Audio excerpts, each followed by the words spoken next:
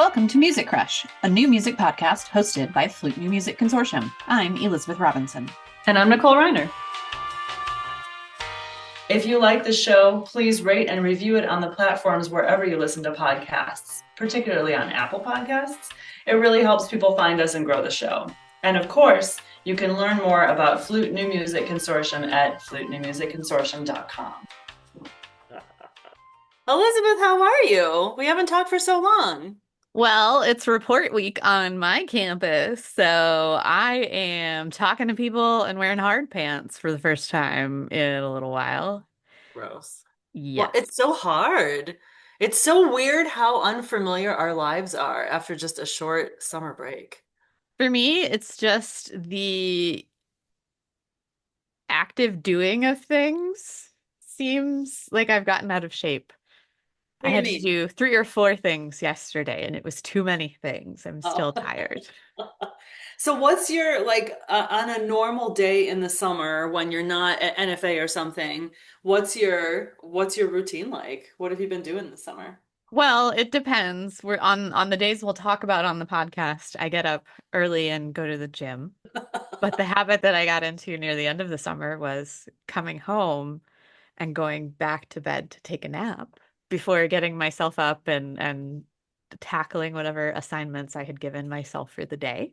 Sometimes that included flute practice, sometimes it did not. A lot of times it included reading a book that was not educational in any way, shape, form, or fashion That's while great. sitting under a pile of cats. Nice. And then it included working on a crochet project because for whatever reason, I crochet more in the hot months than I do in the winter. Planning ahead. I guess so. I think I just have more free time in the summer than I do. Usually, like peak winter time is also peak recital time. So, Yeah, that's true. what's your summer routine look like? Okay, so I did this is just weird and I'm gonna share it with you even though there's no way to not make it weird. I never learned how to swim. Ever. Yeah, like the extent of my skill was sort of like punching the water in the face as much as I possibly could to try to keep my head above it. Seems legit. Um, yeah, but not exactly a set of skills. And I always like being by the water. That's the stupid thing. Like I love hanging out near water or being in it, but I never learned how to swim. And I finally got sick of not knowing how to swim, so I took swim lessons this summer. How is that? It was so fucking bizarre. I mean, it's been excellent, but it's so and not to be the bore that I am and bring it back to flute teaching because I guess that's the filter I see everything through. It's been so long. I don't even remember the last time I learned something that I was so bad at and had no background for at all. And also it's very physical, right? So like I can't remember the last time I had to do something physical that wasn't just related to playing the flute and therefore I could kind of figure it out and I had good like body awareness. Like I I suck. I mean, I can swim for short periods of time now, but like it took me so long even just to be able to get in and out of a back float on my own. And then I didn't realize how nerve-wracking that was, that I was like scared of the water. It's been like a whole thing, but it's been fascinating. I've learned some really odd things about myself. And then also, and I've really loved the experience, but I feel like the biggest moron. And it's been really fun. That's the interesting thing. But like I would go to the Y and my little teacher, my little 20 something teacher Mercury, who did a really good job, was like very kind and patient. It was just me and it started out, I was the only one who finished the class. It was like a month-long class on Saturdays, and three of us showed up to begin with, and one person actually kind of knew how to swim. So I'm sure she was like, this is very boring for me. I'm not doing this. And then the other two of us had no idea what the fuck we were doing. We were like complete morons in the water. And so that first class was just like, okay, you can float on your back. And it was so hard for both of us. So then for two classes, it was just me and the other person who couldn't do anything. And that was nice. And then she stopped coming. And then it was So just it's swim me. lessons, just Yeah, one. then I just got swim lessons the last two, and that was really great, but I'm like, so like I would come in and she would be finishing off a little kiddie swim class and they're like swimming, you know? And then I would walk into the water and she'd be like, okay, show me your back float. And I had been practicing at my mom's pool at her apartment like all week just to be able to show her that I could get into one myself. It's been bananas. So it has framed my whole summer. Just like, just doing this thing just for me that isn't for show, except now it is because whoever's listening knows this, but it's fine. And super duper sucking at every bit of it.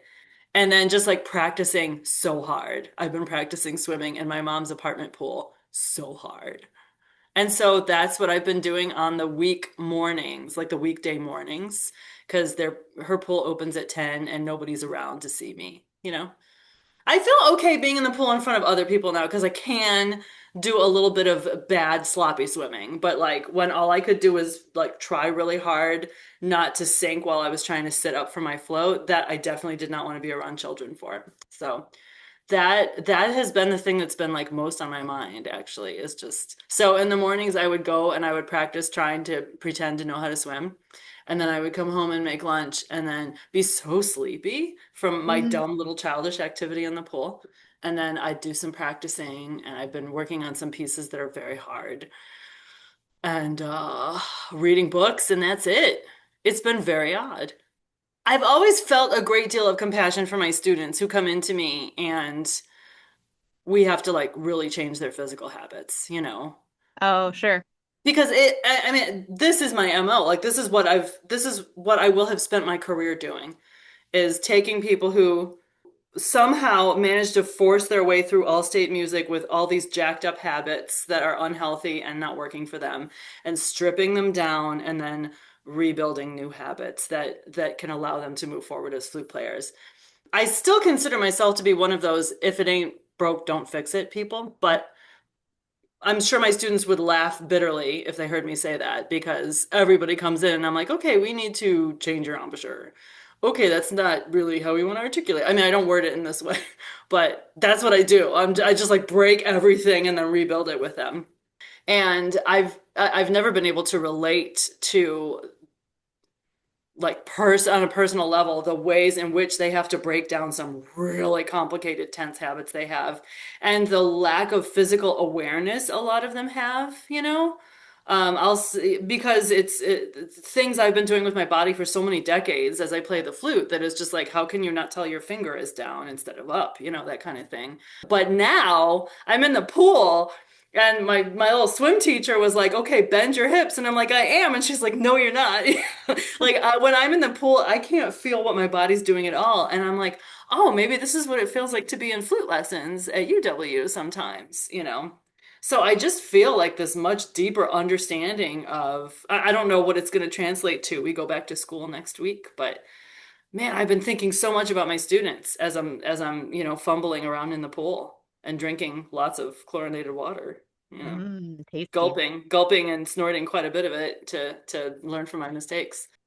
We just had a faculty conference this morning about metacognition, which I guess is thinking about thinking. And he was talking Uh-huh. about a lot of the links between learning how your brain works or learning how you learn and how we can, as teachers, hopefully translate that for our students. So you're metacognating. So are you supposed to be responsible for figuring out how your students learn? Um, I am supposed to be open to helping them figure it out for themselves. There were a Oh, lot of exercises where we talked about teachers that were most influential for us, and he told a couple of anecdotes from his own life about how he didn't know how to do something, and rather than telling him to give up and quit because he was stupid, a faculty person took him aside and was like, "Have you considered trying this?" oh, that's it. That's all you gotta do. Okay. A lot of it felt, I guess, similar to what we do as music teachers. I found Yeah. myself in the room wondering because this is an all faculty thing. So in theory, it's people from all over our campus, and I'm sitting at a table with all of the people from the performing arts school, and not all of the people, but all of the people at my table were from Mm-hmm. my building. And they talked about limiting factors. And, we talked about how it might, learning to do something new might not be a priority, or learning to do something new might feel like a waste of energy because you have someone else who can do it for you. But one of the other tables thought they had come up with a very profound concept that, they thought perhaps being able to do something was a talent, and you either had the talent or didn't have the talent. And Oh, everybody in the music department was like, ugh, because we boo. deal with that all the time. Playing your instrument is a skill rather than a talent. Blah, blah, blah, blah, blah. So Yeah, I don't know. Food for thought.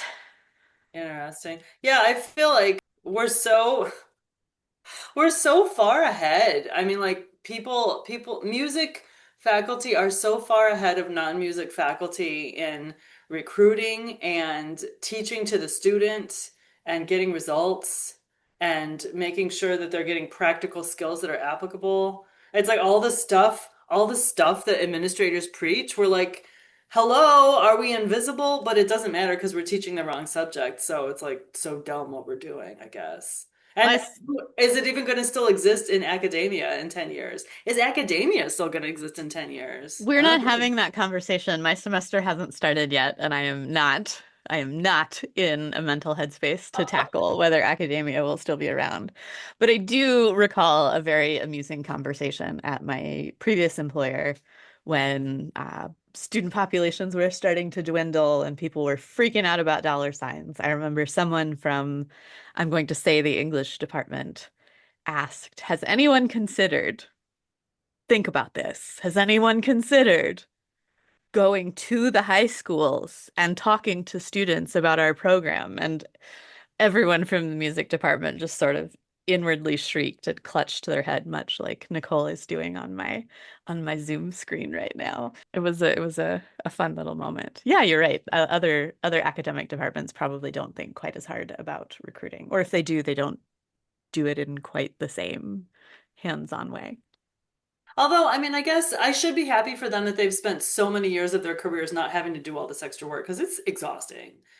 I mean, all the recruiting and I feel extremely privileged to teach individual lessons. Hmm. Like that is to be able to just, mold yourself to what each student in front of you needs. I mean, that is such a great privilege, to really be able to focus on each student and do the best thing, the best that you can for them. That's so great. But the recruiting, I mean, like, good for them that they haven't been schlepping around in snowstorms to talk to half asleep kids at 7 in the morning. I'm glad somebody's been sleeping in and just having a nice life. Do you spend very much time with faculty from other departments? Um, I would not say very much, no. Okay. I have a good friend here who works in the math department, and his spouse was previously in one of the departments on our campus, but has since moved to the private sector. And in our first year, they were forever texting, "Hey, can I drop something by your office when you're free? When are you free?" And I'd send the text back, "Oh, I have a break at 1, but I have a student at 2 and another student at 3, and then a meeting after that." And they'd be like, "Oh my gosh, you're so busy." And I'd be like, in my head, this is my light day. So it's a different world, I think, in the fine arts buildings. We're not saying anything that is new to anyone who's listening to this podcast, but Yeah. it's real different, I think, to be a new faculty in the math department than it felt to be a new faculty in the music department. And at this point, when I describe my life, he just sort of laughs, and we change the subject awkwardly.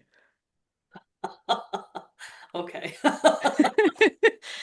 Our retreat is tomorrow, and so tomorrow's our report day, which is a Thursday, and then Monday is when school starts. So our school is much kinder about letting us squeeze those last drops of pool practice out of our summer breaks than your school is. But our faculty retreat tomorrow is, I think, over twice as long as it normally is. And the department chair said, no agenda. I've still never not seen an agenda, but he said, yeah, sorry, it has to be a little longer. Like it's a lot longer. But we've got some more business to discuss this year. And my head is like, dun, dun, dun, So, but I have no idea. Maybe we'll just do more icebreakers. That's always great. A faculty full of people who know each other and like one new person, and we have to do icebreakers for 2 hours. That's happened before. We did a personality test training last year, and this year we were sent a list of words.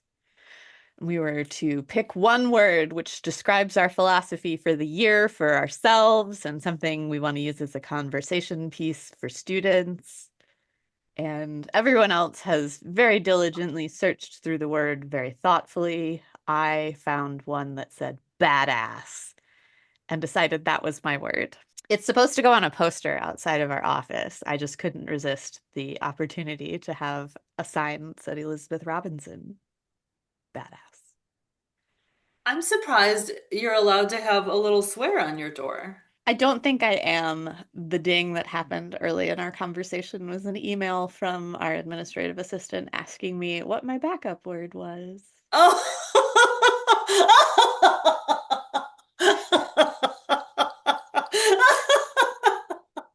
Why did they put, it's like it was a trap. Why did they put the word in then? Why did There they were even a lot let of you fall in love with the word if they were just going to take it away from you? there were a lot of really strange words on the list. I don't necessarily think it was designed with this specific use in mind. It absolutely wasn't designed to have words hanging from a wall in a state-owned building. But I saw badass. I chose badass. I regret nothing. I'll respond to the email later in hopes And, that she'll get impatient and print my poster and anyway. that's all you need to know about Elizabeth Robinson, folks. You regret nothing. I think we have You a title for this episode. So what is your backup word, or do you refuse? It's ignite Oh, that's so because I have a serious word for it, or it's like a serious explanation for it. But did you ever watch Mad Men when that was on television? no, isn't that Okay. weird? Everybody There's loves it. a scene in it where two of the women, Joan and Peggy, are finally allowed to do their own meeting with a client because they're getting increased responsibility in the 1960s. Mm. And Joan was a very voluptuous woman. So she shows up in this gorgeous hot pink pantsuit that I wish I owned and is just sexually harassed within inches of her life during this meeting. And it's the 1960s, so they can't really say or do anything. So they load up in the elevator and Peggy tries to say something reassuring, and Joan turns to her and says, I want to burn this place to the ground, which is a favorite GIF of mine to send to people when I'm maybe not having the best day. So it works if I want to ignite a student, but it also works if I want to set the building on fire. Perfect. I thought so. My colleague down the hallway has elected to choose two words because we were told we could pick up to three, and his are help now. Like he wants help now, or There he's is gonna no be, I see. punctuation, so is it help now or help now? No one knows. But he actively chose a second word, so Help now. there's no story there. I think any of your colleagues who did this with any kind of wryness are, I think that's a good sign. I would be happy to share a building and a department with colleagues who also tried to subvert the assignment in little sassy ways. Yeah, we had a grand old time not participating in the spirit of the assignment. But I guess if I can't be a badass, I can pick a serious word.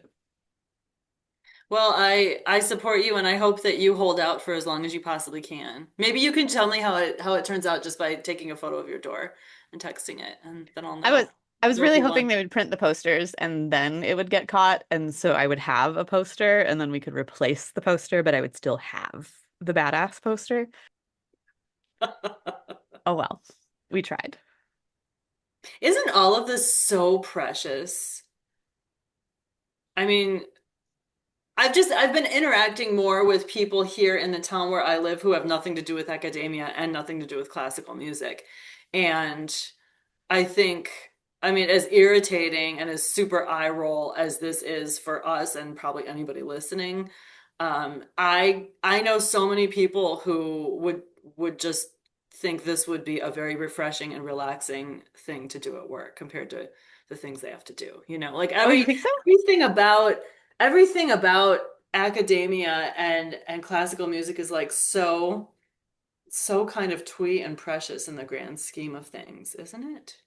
If by that you mean that none of it is particularly high stakes, then yes, I recognize that having to choose a Yeah. second word is probably not the worst thing that is happening to anyone in this zip code today. But Well, and I'm thinking about like, so I've been working on these two pieces lately, which are both challenging in their own way. One of them is by Jane Rigler, who was on this podcast. Was it this year or last year? I can't remember, I've but lost all sense of time, but I do remember Jane. I loved her. I loved talking with her. She's so interesting. And she's a really interesting composer and she's a phenomenal flutist. She writes things that are super fucking hard, but then her recordings sound amazing, so she can play them. But I'm working on this duo that a friend of mine picked a while ago, actually. We had originally proposed it for an FNMC festival, the one we had to cancel in 2022.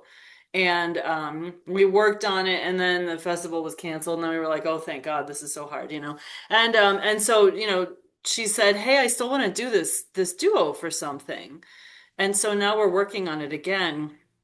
And it's so hard. It's so hard, but it's so incredibly cool. And it's like one of those, what's hard about it is just the physical coordination of, like sometimes I'll have sixteenths and I have to make an airy sound and then I have to produce a normal tone and then I have to sing, not sing and play, just sing, and then Sure. I have to do a pizzicato tone. Those are the four things I keep having to do over and over again in different combinations, but so fast. And so it's like that pat your head and rub your tummy coordination that has just taken so long to get it up to speed. I think it's supposed to be a kind of imitation of women Inuit singing, like traditional Oh, Inuit singing, and so the two flute parts both have all of these different sounds, just like this patchwork of different sounds, and then they really blend together in incredible creative ways. I mean, I'm listening to this recording that Jane made where she just is playing with herself, and I can't believe how creative she was to even conceive of this and then be able to put it on paper in a way that will really get that idea across. And then she's so good. And I don't know how many hours it took her to be able to play this piece that she wrote, but it's taken my friend and me many hours. And we just had our first rehearsal, a week or so ago, and we're going super slowly and we're like, "Oh my God, this is so hard." And like the only like I hope that we get a chance to perform it for an audience, and I hope that they love it. It's just so I don't have good words for it. It's just so clever and so unique and really cool. But chances are we'll play it for like 20 people if we're lucky, because that's the size of new music audiences so many times. And and that'll be that, And there was so much effort and so much genius that went into this piece. And the only reason a piece like this can exist is from heavily subsidizing the arts, right? I mean, like she was able to make this art on the side while she had a stable academic job in order to put food on the table and pay her rent. And man, especially the world that we live in with Flute and Music Consortium, the music that comes to us through the competition. It's incredible. Such amazing music. I mean, like the people who win are great. The people who are finalists or runners up, those pieces are amazing too. And some others that don't even make it to the finalists. Like there is a slew of amazing music that gets mailed into you every year for that competition. And it is the result of so much training and just creativity and effort and love. And how is that going to get made with no funding? I mean, like that's just it's such a privilege, even though it's so much hard work. It has been a privilege to have the time to make and learn that music, but that is I suppose those are the hallmarks of a very comfortable society that you can carve out time to do that. And we now live in a dumpster that's on fire. So Yeah, how is that music gonna keep getting made, you know? dunno, dunno. I think one of my life survival strategies is to focus on the things I can control, which are the day-to-day minutia of the job that I have, which includes, a reasonable amount of art making, but perhaps not wall-to-wall 24/7 art making. And that's Yeah. going to have to be sufficient for me for now because thinking about the big questions is a little overwhelming and usually leaves me in a mood that is not conducive to doing the things I need to do. Well, are you already consciously doing this? Because I mean, I'm thinking about your faculty recitals that you've given since you started at SDSU, and you're not playing a lot of dead white guys. I mean, you're playing a lot of new music, a lot of, diverse programs. So is that how much of that is you just curating music that makes you happy, and how much of that is a sense of responsibility, or what's your mission? What is your mission when you put together these really interesting faculty recitals? I always like it when people ask me what my philosophy is or what my mission is, because usually I'm just existing on vibes. It's also funny that you say that because this year it's the first week of contract, and so I am seriously examining what I'm planning to do for my faculty recital, which isn't until January. And I think the theme this year is going to be dead white guys. I obviously am not going to put that on a recital poster, but I had been looking at things that other people were performing for their students, and I haven't done a whole lot of rep standards for my studio, and I wondered if I was doing them a disservice. There was also a leader in the building who suggested that it might be good if I played some composers that our community members had heard of. And you know me, I take all instructions too far. Um, So I was looking at maybe some rep standards, and as I started doing that, I started realizing they were all dead and they were all white and they were all men. And I have to sit with myself and decide if that's a theme I can actually see through. But I think before I don't maybe it was an unexamined a little, as I sometimes tend to do. I've told the story to you and on this podcast of the Midwest clinic and the gentleman who felt that if you prioritized programming women, it was taking opportunities away from men. And I had decided for myself that I was only going to program works by women if I was choosing. And Mhm. that's started to fade in the years since. But I think part of it grew out of a desire to support underrepresented composers. I think part of it grew out of a desire to support FNMC's composers. I think part of it grew out of, not having an academic position or having a part-time academic position or having an academic position that did not have all of the collaborators that when I arrived on this campus, I was like, I can finally do all of these things. And I have years of pent-up desire to program blah, blah, blah, blah, blah, and I'm gonna do it all. Maybe it's time to diversify a little in the sense that I might start pulling out some works from the canon and playing Yeah. some stuff that's a little more tonal. I have a colleague who always gives a recital at the beginning of the year, and he always plays all the repertoire that his students are going to play. Mm, So his recital is everybody's jury piece for that semester, basically, which is not a super heavy lift for him, but and which is, nice because it's like the first month of classes, not a super heavy lift for the collaborative pianist who might be playing with some of his students also. And then, it's he has provided a live model for the beginning of the semester, for each of those students. I just think I went for the majority of my teaching career, I felt more conservative of my repertoire choices for my students than I did for myself. sure. I felt like, especially if they were performance majors. But honestly, at first, I just felt this for everybody. Like everybody needs to learn the canon. Yeah. Everybody needs to learn the standards because that's what everybody else is doing. And so, if my students are the only ones who never learned any of the Bach sonatas, then that puts them behind somehow. And then I started thinking, well, I think this is definitely true of anybody who wants to go to grad school, because you look at those required repertoire lists for a lot of the grad school auditions, and my performance majors are definitely expected to still know all the dead white guys. But maybe for the music ed students, if there's something else that isn't as standard, but it's a piece that they're really passionate about and therefore motivated to learn well, they're still learning the skills, you know. But now I mean, I was just thinking about this summer. Well, and particularly last week we got our new required language that you have to put at the end of the syllabus for all your classes, you know, whatever the big word salad. Ours is two full pages at 8-point font, Yep. and it includes all the, you know, anti-DEI statements and that everybody's opinion matters, and you know, we can't offend anybody. And also guns are awesome on campus, because I teach in Wyoming, so that's a big thing this year, is that it's illegal to ask people not to bring their guns on campus, which we were doing, and we were in violation of state law. So all this stuff is in the syllabus, and I'm putting it in my syllabus with a real case of the ass about it. And I keep like typing snarky comments in at the ends of things just to satisfy myself, and then deleting them so that I don't get fired, you know?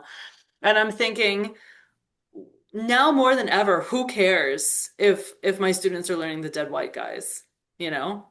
Like, what is this even leading to? But like, what is even my point in teaching them how to play the flute? It's got to be for personal joy.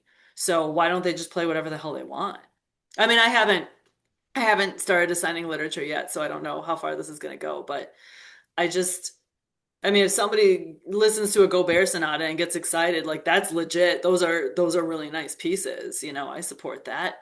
If somebody wants to figure out the puzzle of how to make the Bach partita sound like music and not just math equations, yes, that is a very lofty project, you know. But if people just want to play stuff that was written in the last 10 years, it's interesting. Who am I to say no? What does it even matter, you know? Unless you're playing something that really makes you happy to be playing the flute, you know? What other point is there at this point? You're really starting the semester off in a positive place. I don't feel bad, actually. I just, you know, I feel I'm so glad I'm not any younger than I am. I And I see. just feel like, okay, well, you know, I kind of want to just make I feel like the flute studio is just a little haven, you know, where we can just do the thing that we care so much about and support each other and learn from each other and be stimulated by each other, you know. And it's like this wonderful little privileged bubble, you know. Studio class feels like such a treat for an hour every week, where we can just leave all the other bullshit at the door and just I hope my students are able to do that, and just come in and enjoy being flutists playing music, great music that was written for flute, you know. So I kind of feel like just doubling down on that. That sounds really nice. I wish we had the structure for that. I don't know if we do or not. I guess I'm gonna find out. I guess I'm curious what my students want too. Yeah. Maybe I should maybe that's what we should do in the first studio class next week. So I should just ask everybody, why are you doing this? Oh, we don't get a weekly studio class. I get studio classes for the first couple of weeks of the semester, and then it turns into recital hour in the second half of the Mm, semester. So those hours are far too precious and insufficient to building a little flute bubble, I find. yeah. So Yeah, there are a lot of schools that don't have a weekly studio class. our kids are so overextended. I can't find it in my heart to be really mad about it, but it does seem a shame. I Yeah. definitely miss the culture and community which were built in studio class and flute ensemble at, previous stages of my life. And I enjoy them when I can get them all together, and I enjoy them, one on one in our lessons. But I do think there are some other opportunities that aren't available because of our structure, and that Yeah. makes me sad for me and for them. Yeah, I think that was something I really missed when I first got out of school and moved away, you know, because Yeah. when I was first out of school, I was still freelancing in the area and running into people from my school. But we moved out here, I felt so isolated, and I really just missed having a flute family that I belonged to. That was so satisfying at every school I attended. Seems like it would be nice. I guess NFA is that, and you just came from NFA. That's true. I did just come from NFA. How was it? I had a really good time, maybe not for official NFA reasons, but it was probably one of the more fun and more memorable conventions I've been to in a hot minute. So, Oh, was programming part of that? I mean, did you feel like programming was better than usual, or? I was initially really reluctant to take a trip to Atlanta because from my closest airport, it was deeply inconvenient to get to and involved a Yeah. lot of plane changing. But once we got there, their convention center was directly off of public transportation. So I literally hopped on the train at the airport, got off the train a block and a half from my hotel, and did not have to mess with the weird after hours lifts or taxis or whatever, which I thought was amazing. So it was all of $6 to and from the airport. I wish they did that every time. It looks like maybe that will be possible for Portland next year. I haven't looked. But the other I thing think that was that should really be amazing fun. was that the convention center was in the middle of a lot of life downtown. So getting to food was not an ordeal. There was a cute little food court right beside the convention center that I have been joking had better food than the entire state of South Dakota. And that was just the food court.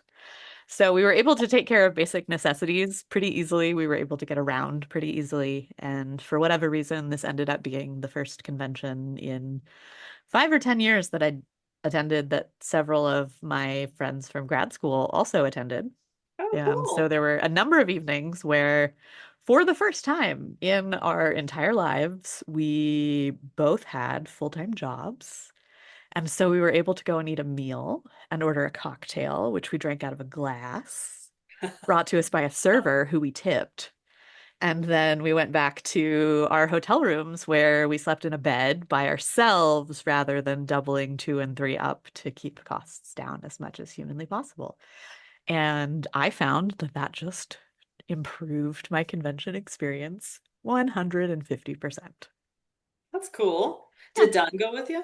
Don did not go with me. One of the the person that I shared my hotel room but not my hotel bed with was one of the friends that I've not attended a convention with Mm. in a very long time. So we were able to pretend like we were both grad students, but with an adult budget, and it was a Yeah, there good are time. some things about aging that are nice.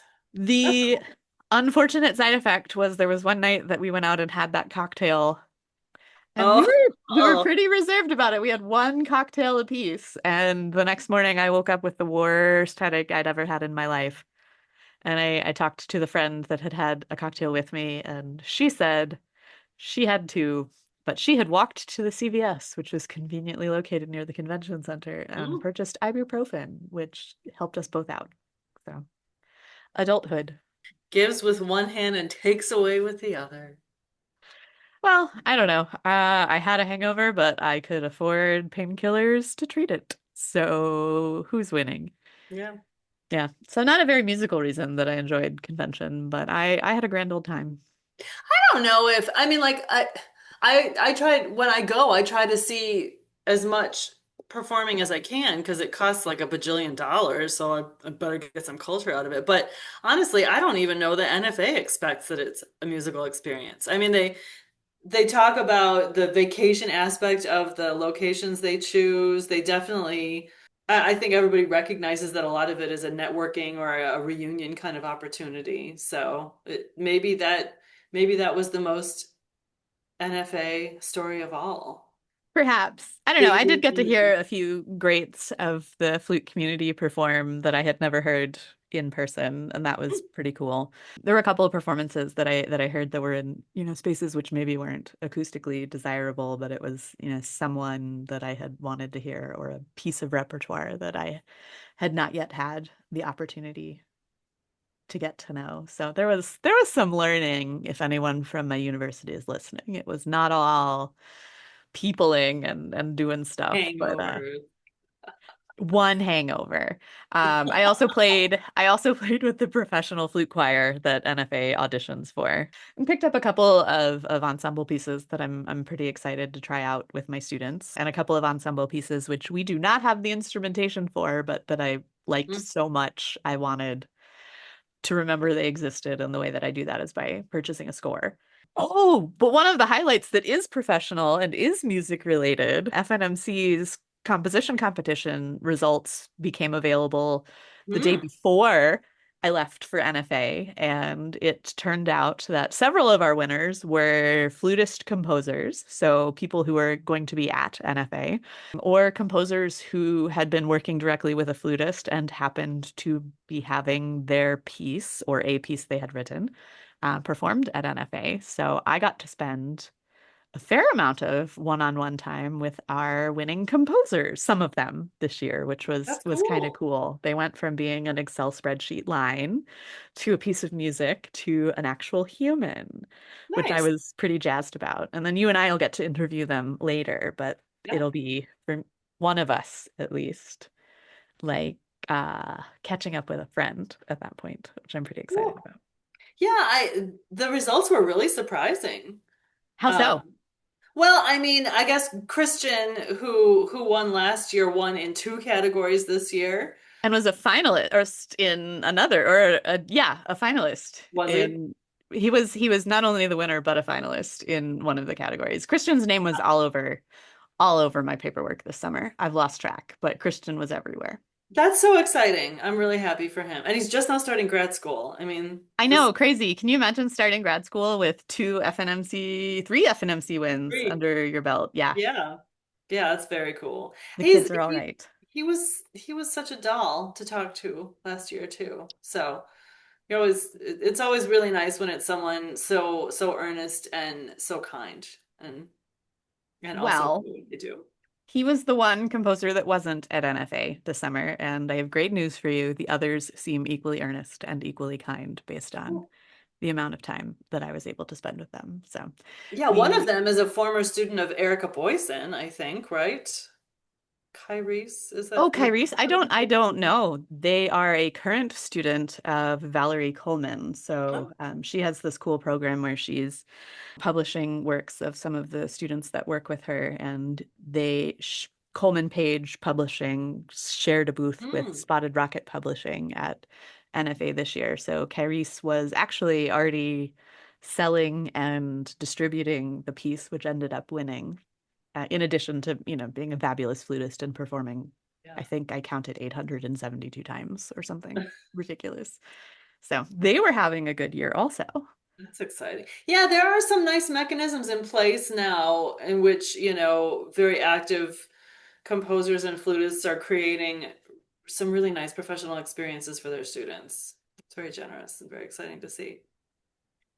There was also a booth for the Adjective Collective, which I don't know if you'll remember, Great. but that is the composer collective, which Robert McClure, one of our That's previous right. winners, and one Our, of this year's honorable mentions, his collective was at NFA. So I got to meet Robert in person as well as several of his colleagues and acquaintances from Adjective, which was super fun also. cool. He was either our first or our second interview ever. I think we aired him second, but we recorded him first. I think Yeah, it's because the he had a very first podcast. interview we ever did. Yep, probably. It was definitely in that first cluster. That Yeah. feels like a long time ago. Yes. Well, yeah, a long time ago, and yet just like yesterday. Hmm. Oh, I feel I've lived 10 lifetimes since then, but I was also in my first year of a new job, so memories are unreliable. Well, that does sound nice. It was super fun. I met a lot of really great people. I got to shake hands with Kyrese. I got to shake hands with Sammy, who was our flute alone winner. I got to meet Robert in person, which was nice. So, I'm very excited about the winning rep this year. There's some oh, really good good. stuff. I won't ask you what your favorite is because then you would have to choose, but I am glad that you're excited about it. Yeah, I don't know of the winners that I have one favorite actually. And then some of the finalists I was equally excited about. Yeah. And we got an email from somebody right after you saw this, but I just think it's really charming. We got an email from a flutist right after the ballots went out, judging what or voting was not over, and she wanted to know when she could get her hands on all of the flute ensemble pieces because she wanted her students to play all of them. I did We not see that email, but that's exciting. Yeah, and we had to sort of say like, okay, just hang on. We need to like we don't know who's won yet, can you just, slow your roll. But she was like, I want to purchase all these pieces, Oh, just wonderful. yeah, so she was planning on programming everything that made it onto the ballot for flute ensemble with her flute ensemble at her school this year. That makes me very happy.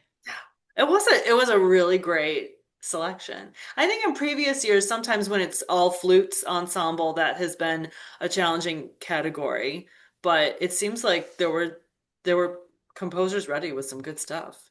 It definitely seemed different than the last time we ran that category. I noticed that we've had more and more finalists who are not only composers but also flutists, and I wondered how much of that had shaped what went into the competition. I also, even, behind the scenes saw a lot of names that are at career stages where I was a little surprised that they wanted to enter Yep. our competition. Yep. And so I think we have more experienced people or people who are perhaps already actively working with a flutist, which I think is really the make or break. Like Robert McClure, for example, works really closely with Lindsay Goodman. So everything that he writes has been vetted by an active performing flutist 400 times over before it ends up in a double bar situation. And I think that really helps a lot. So I don't know if it was just a lucky magical year or if that's a new trend, but I was excited. I was excited about a lot of things with the competition this year. Yeah. Was there anything else that we haven't talked about that you were excited about? Since Oh, you got to meeting see everybody, firsthand. hearing the rep. I never get to vote in the competition, but I think it would have been a rough year to choose if I had. I was excited we had more members than usual that participated in the voting, so there was some stiff competition. Yeah, Yes. it was a good competition year. It was hard to vote, but I mean, although it was hard to vote, I was so happy that it was hard to vote. And this is not to take away from other years. I mean, when you look back on the history of our winners and finalists, we're very lucky that the composers who do send things in are who they are. That was grammatically very awkward, but we've gotten a flattering amount of attention from some great composers. But yeah, I mean, it was an exciting challenge having to struggle and really do a lot of listening over and over again before I could vote. There was not one single category that was easy for me. Oh, I love that. Where else we had more participation than usual. I mean, I didn't know that we had more voting in the competition than usual. That's great. Also, when we earlier this summer, when we asked for nominations, or I guess it was spring, we asked for nominations for our next commissioned composer. We have never had so many nominations before from members, and they were all really cool ideas. I mean, some of them I think were, maybe a little pie in the sky, but that's okay. I would rather take those, like I don't know that Nico Muley was gonna answer an email from us. But yes, I agree. I love Nico Muley too. Thank you for sending that in. There was so much enthusiasm for nominating composers and some really great choices. I'm excited for what's coming with that too. And again, yeah, I don't know if it's just a year, but I hope that that level of enthusiasm and desire to participate as members continues because it really makes everything more fun and more interesting. I can't wait to see what the members get into next. Yeah. Thank you for joining us for another episode of Music Crush. You can subscribe wherever you get your podcasts. You can also support the podcast, read show notes, and learn more about FNMC by visiting www.flutenewmusicconsortium.com.